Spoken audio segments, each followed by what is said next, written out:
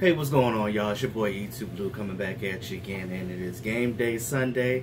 Cowboys kick off a home game versus the Philadelphia Eagles at 4:25 Eastern Time. And this is a battle for first place in the NFC East. You win this game, you pretty much can make it to the playoffs because you have the wins in the division that you need, and you got favorable matchups coming up for the rest of the season with the Colts and Tampa Bay and things of that nature. So, if the Eagles win the game, now you done stopped all momentum that you had from your 4-game win streak. You gave the Eagles the chance to come back, and pretty much they will have a tiebreaker with you. So you don't want that. Go ahead and take these Eagles while they're injured right now. Take them down, get that win, and solidify your chances of, because if you win this game and you win next week at the Colts, you win a division. Barring the Eagles also have another loss too. So, but again, you got to put yourself in position. You can no longer look for other teams to help you out. You know how, like, at the beginning of the season, the Cowboys are always like, oh, well, people always say, hey, if this team loses, if that team loses, if this happens and that scenario happens, then we can get this. No, there's no more of that. The Cowboys control their own destiny today. You got to win. You got to get that. You got to get that dub. Period. There's no way around it. You know, if you can't beat this Eagle team right now, like I said, I always, as much as the rivalry is, the Eagles did win the Super Bowl last year, but again, they have a lot of injuries this year. They're handicapped right now in their secondary. So, there's things to take advantage of. But they're still a good team. They still have Nigel Bradham. They still got Fletcher Cox. They still got Michael Bennett. They still have these guys that can put pressure on you on defense. So, it's a division game. That's just how division games are. Like, they play each other hard because they know each other well.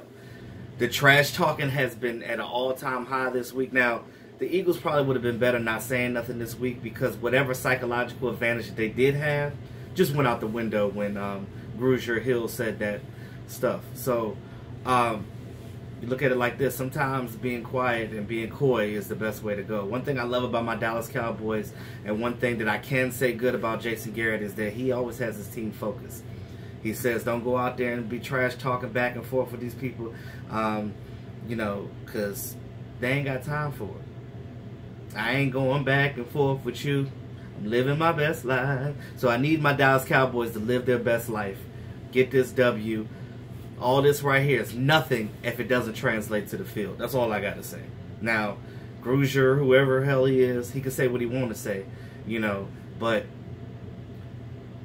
their best guy is injured. So I look at it like this. I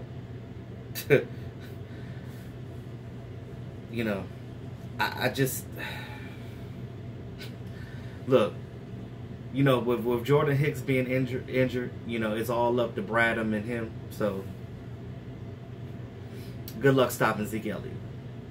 Got hurdled last time we played. So Zeke has over 1,000. He's a 1,000-yard rusher this season, and I know their ultimate thing, and that's what every team tries to do every week, is stop the Dallas Cowboys, to stop Ezekiel Elliott, because for some reason they think that that's the only weapon that we have on this team. Now, granted, I wish that the Cowboys would do better with the talent that we do have on this team, but sometimes we just don't do that, and it gets irritating sometimes. But as I digress, as I get into it, so Eagles coming to this game 6-6. Dallas Cowboys are 7-5.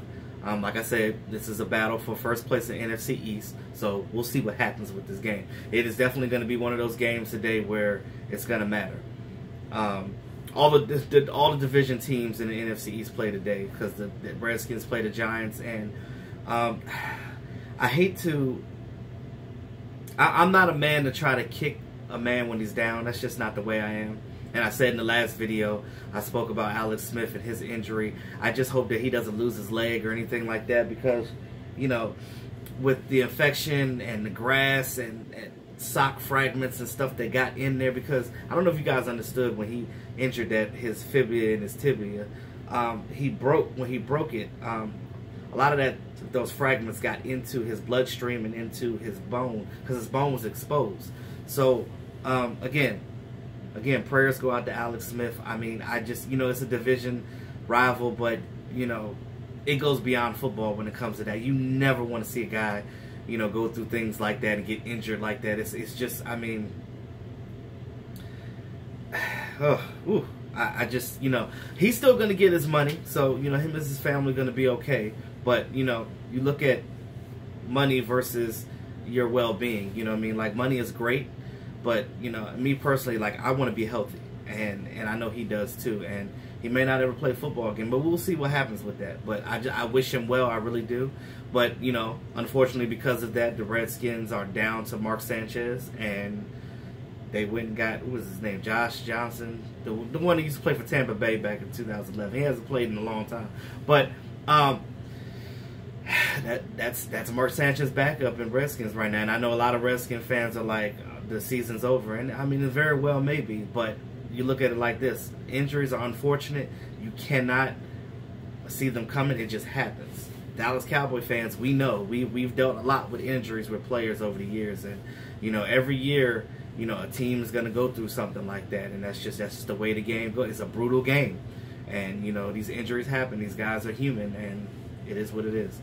But again, I wish him well and things of that nature. But, I think that the Giants might end up pulling that game out because of the simple fact that who's going to stop Saquon Barkley? But it is what it is. But either way, both of those teams are probably most likely out of contention. We know that the Giants are, but the Redskins are most likely not going to win out because it's not looking favorable for them.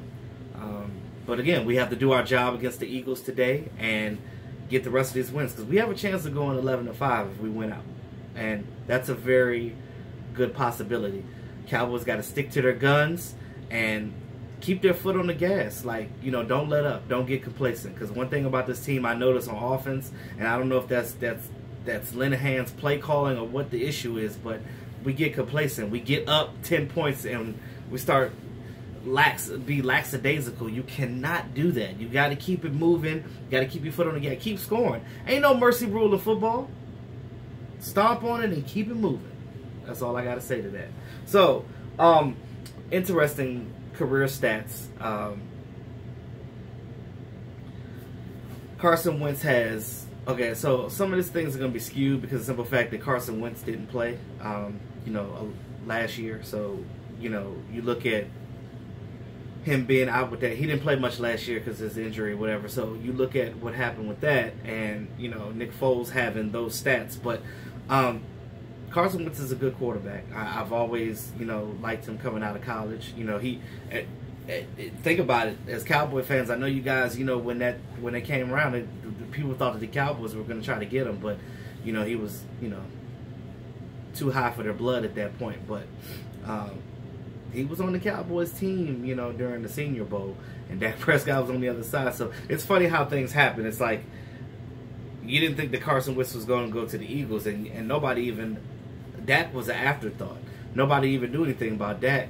And then when Mark Holmes did that video, that was when his channel blew up, when he first did that video of Dak Prescott coming out of the draft, because nobody paid attention. He was a 4th-round pick. So my whole thing is you can't really compare, it's apples and oranges. You can't really compare a 1st-round pick like Carson Wentz to Dak Prescott. But I will say, those of you fans that don't like Dak Prescott, that's fine. I mean, he does make mistakes, but again, he's a young guy. He's still learning, and he wasn't a 1st-round pick for a reason. But you look at his stats compared to Carson Wentz, outside of Carson Wentz, not, because I know you Eagle fans gonna come in here and be like, oh, well, he didn't play that much last year. Look, I understand that, and I just clarified that. So I'm gonna eliminate that crap right now. So don't even come in here with that. So Eagles. So all I'm saying is right now, you look at their stats. Their stats are hella comparable. Now, they're two different type of quarterbacks too. Carson Wentz is kind of mobile. He was before his injury, but now because of his knee issues, he's going to have to change the way he is and be more of a pocket passer. Now, Dak Prescott is hella mobile, and a lot of his and you'll see his stats are skewed to that. So you look at the player comparisons between the two. So Carson Wentz has 23 wins in his career. Dak Prescott has 29. Now, again, Dak Prescott has played more games because he hasn't been injured. I've already clarified that. Just so you guys can hear me say it. Carson Wentz has 254.5 passing yards per game in his career. Dak Prescott has 219.7. Again, Carson Wentz throws the ball more than Dak does. But again, those numbers are still kind of close. You look at these guys as a whole. You look at the body of work that they've both done, and I'm impressed by both of them, actually. You know, I mean, you know, I got to give respect to Wentz. He can throw the ball. But again, your receivers got to catch. They have a dynamic tight end with Zach Ertz, and he is a tight end that is basically damn near a #1 receiver. So, I mean, and then they got Golden Tate sprinkled in there. So they have weapons on offense. They can do things on offense, and I think that once they get healthy next year, they're going to be dangerous next year. But that's neither here nor there. Carson Wentz has 67 touchdowns and 28 interceptions with a 91.8 passer rating in his career. Dak Prescott has 59 touchdowns, 22 interceptions, 95.5. That's a radio station here in the DMV. 95.5. So he has 95.5 passer rating for his career. Now, you look at that. Very close. Very close. But the big difference with their stats is their running and their rushing touchdowns. Carson Wentz only has 2 rushing touchdowns. Dak Prescott has 17 career rushing touchdowns. So you look at that and you're like, okay, Dak Prescott's passing numbers may not be as much as Wentz, but it's not far off. He's like 200 and a half yards or whatever behind Carson Wentz for his career, even with Carson Wentz not playing. So you look at a lot of that is Dak running, Zeke running, you know what I mean? So again, you look at their linebackers, they use their they use their running backs as a committee. We use our running backs pretty much as Zeke. That's it. You know, I don't know what's going on with Rod Smith this year though, because he seems kind of like he's been running east and west instead of north and north, you know. But you know, he's been going sideline to sideline. I don't know if he has an injury we don't know about that they're not putting on the injury report. I don't know. It's just he's not playing like he has before. Before he was playing relentless. He was trying to get the yardage and he was playing like Zeke. But you know, this year it just seems like he just doesn't have the confidence for whatever reason. And I guess one of them because they don't play him that much. So I mean, he comes in sparingly when Zeke needs to get spelled, especially after that hurdle. You know, might have hit some of his lower region, if you know what I'm saying. But yeah, like Dak having 17 career touchdowns in 3 seasons is I didn't realize how high it was. But again, I've said this many times before. It's imperative for Dak to run the ball as well. You know, you don't want your quarterback getting in harm's way. But again, Dak Prescott knows how to slide. I'm confident in him into when the defensive guys get close to him, get down, live to see another play, and live to not get injured. So, you know, a lot of people say, oh, I don't want my quarterback running. But when you got a team like this where you have a dynamic running back and you have a quarterback as big as Dak is, I mean, he's Cam Newton size. So you look at that, it's like he's hard to take down. So take advantage of it. You got to take advantage of the weakness of the defense that you're playing.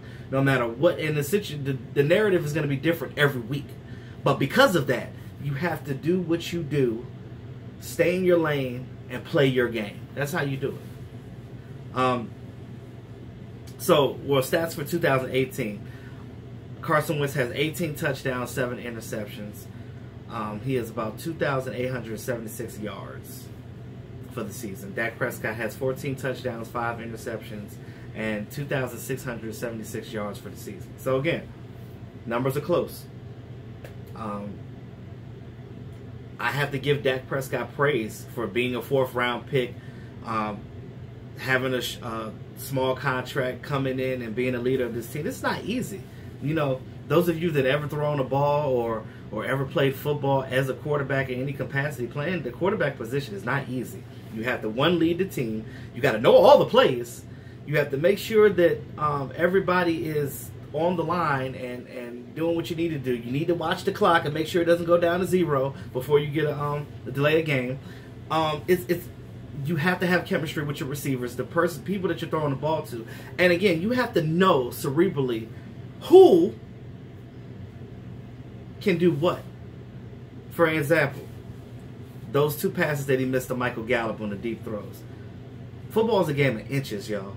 And you look at when you're throwing the ball to a receiver, every receiver is different. Some are fast, some are shifty, some are slow, like Witten, but able to still get open and get possession of the ball. So you have to know who it is. You're not going to throw a real fast ball to a guy like Jason Witten deep because he's not a fast guy. But you could do that with somebody like Tavon Austin. And I think that Michael Gallup is a tick slower than that. So it's that tick is that second where the ball is over their head. So again, as a quarterback, it's not easy. You have to gauge your guys. That's why the chemistry aspect is huge. You know, it's a wonder that Amari Cooper came in here and they already have decent chemistry. So you look at that. But my whole concern is you got to get Cole Beasley moving, because I think that Cole Beasley is still an important part of this offense as far as a wide receiver goes.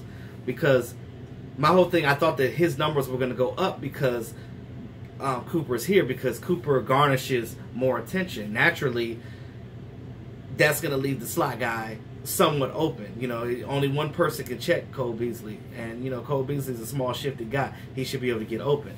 And even if he is, and Dak Prescott just not seeing him, it takes a good degree on both parties to make sure that you get it done. So, fun fact about Ezekiel Elliott. He has averaged 558 yards for scrimmage versus the Eagles in his career. Did I say 5? I meant 158. I'm sorry. And the Cowboys are 3-0 against the Eagles when Ezekiel Elliott plays. So let's not break that streak, y'all. Let's get 4.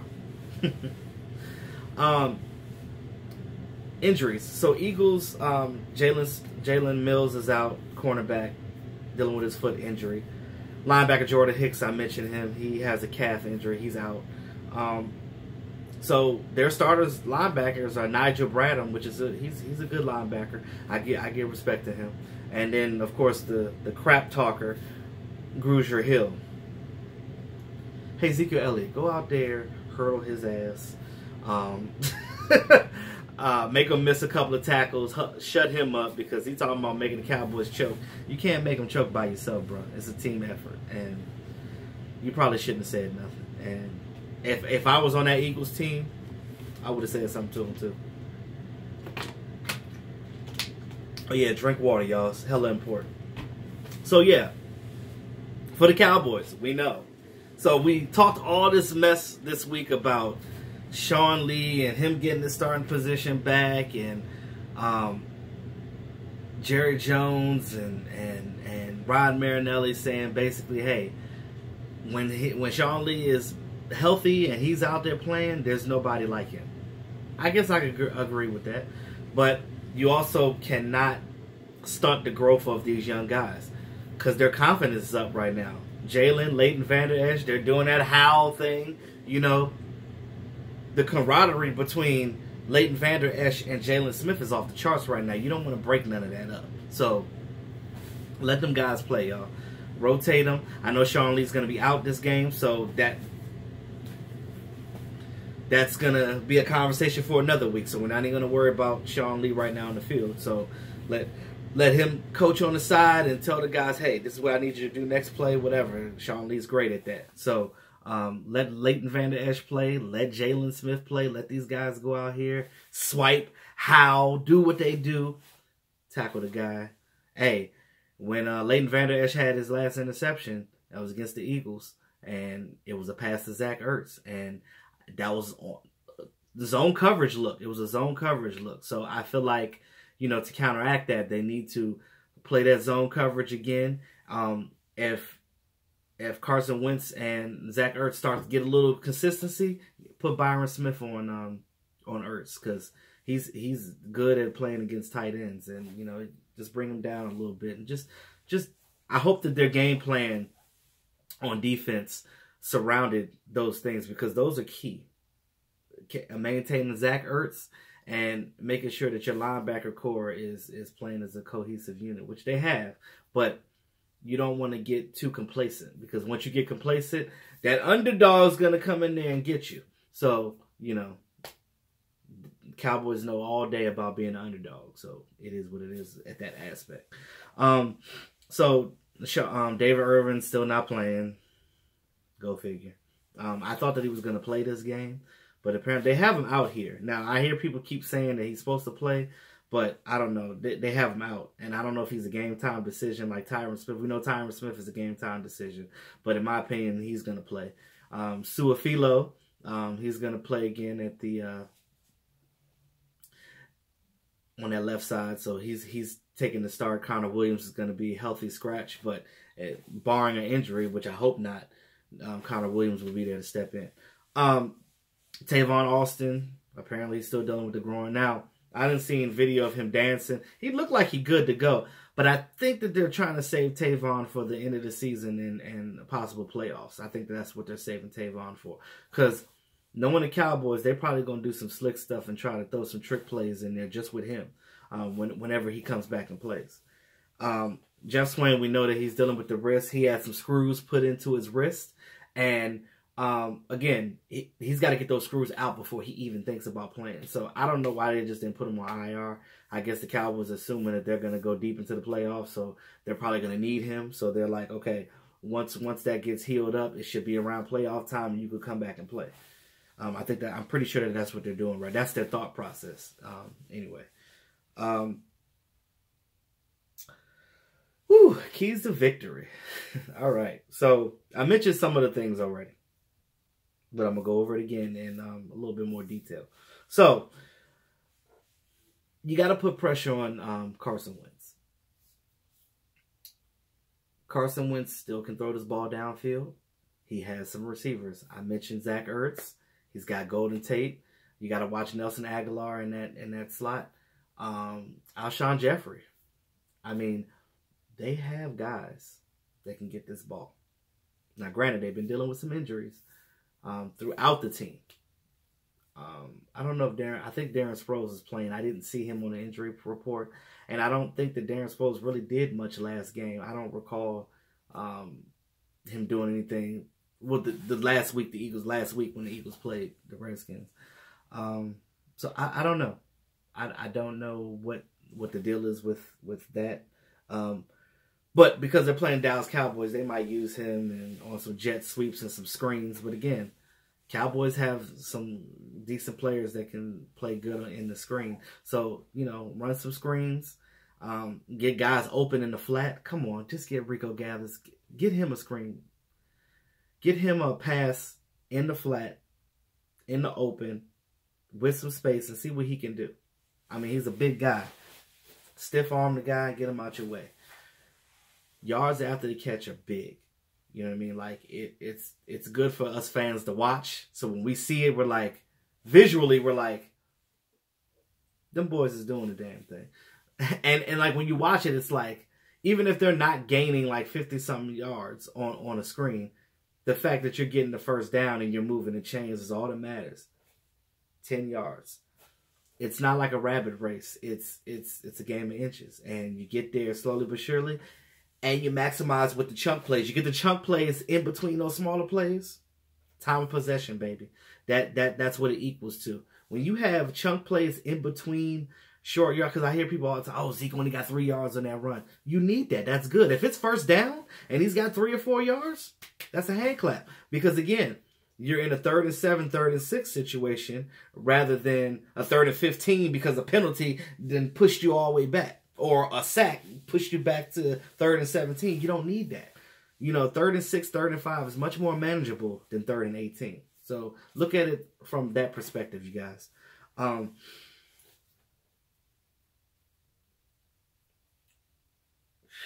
said this before. Contain Zach Ertz. That is their number one receiver. I have him in fantasy, and I'm on a bye week this week. So if he scores big, it won't even matter to me because my fantasy team's on the bye. But you look at it like this. You got to contain Zach Ertz. I just said put the linebackers in the zone coverage. Play nickel all the time. So they're gonna stay in that. You look at Byron Jones. Like I said, Byron Jones is good at defending these tight ends. That's just bread and butter. That's what he's good at doing. So they're gonna do some things to contain that. This defense is coming here fired up. One thing that you don't do is talk trash to Dallas Cowboys because every team that has done it has lost. Michael Thomas did it. We beat the Saints. The Eagles did it the first time with Kelsey, saying that he didn't like the team or whatever because didn't like what the team stand for and blase, and all that other crap. And then now with Grugier here at the Hill talking. Don't they understand that when you talk trash to the Dallas Cowboys, it's probably not a good thing because you just gave them fuel. When that guy said about Dak Prescott, we need Dak Prescott to beat us. We're going to let him beat us. And Dak Prescott said, hey, I'm up for the challenge. And he did the damn thing. So again, you don't need to do this. Show it on that field. That's the bottom line. Run the hell out of Zeke. Linebackers talking trash. Run them. Run them. They ain't got Hicks out there. Run them. Run them. Run Dak. I would say run Dak. Like RPO. You can fake it to Zeke and not even give it to him and let Dak run around. Dak can pass the ball deep with a fake to Zeke. I mean, there's so many things that they can do to fluster this defense because at this point, even though they know the Cowboys, they don't know what the Cowboys are going to do right now. So it's all about not being predictable. And I speak on this every week. Let's not be predictable.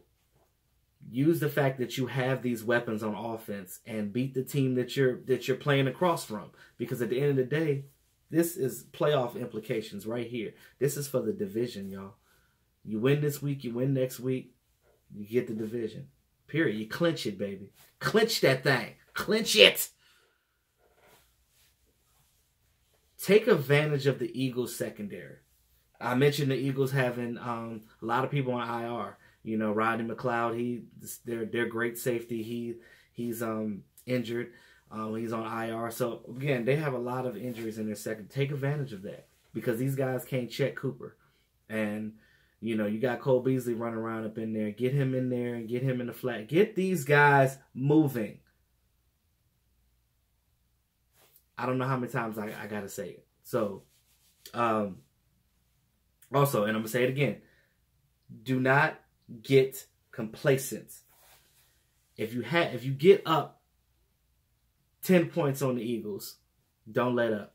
They still got Carson Wentz on that side. They still got Zach Ertz. They still got Alshon Jeffrey. They still have weapons. So, do what you need to do. Keep your foot on the gas. Do not let that defense dictate what you do on offense and vice versa. I know the hot boys are ready to go. They're ready to go out there and they're ready to eat eagle patties, eat eagle wings, whatever the case may be. It ain't Joe Boo wings this week. It's eagle wings this week. And put some sauce on that and get it. So that's all I have for you guys today. Let's get this win, y'all. So game predictions. Oh, yeah. Got my little helmets here. I need to do something with these. I need to make like some type of board so I can put up so this is shown throughout my broadcast. When I do my live streams, I'm probably going to put it up on my little board here. And like I mentioned to you guys before, when playoffs come, I'll have everything on here. I'll have all the helmets up here for the teams that are in certain places. So you guys get a visual image of who's playing what, who's doing what. 425, y'all. Let's get it. Let's get it. Let's get this win. So my game prediction, I would say, I got two of them. So depending on the scenario, I would say 27-13 for one of my Cowboys, 27-13. And my second one will be 30-17 30-21, depending on how the game goes. So with that being said, y'all, thanks again to all my subscribers. I appreciate you guys, all your support, all your positivity in the comments. That means a lot to me. It keeps me motivated to keep you guys in the loop, because you guys love me. You really, really love me. So, you know, but no time to be emotional right now. But hey, if this is your first time hearing about me, whether you're a Dallas Cowboy fan or not, if you just appreciate the channel, hey, go ahead, smack that subscribe button, hit that bell. It's your boy E2 Blue, always keeping it real. Talk to you guys after the game.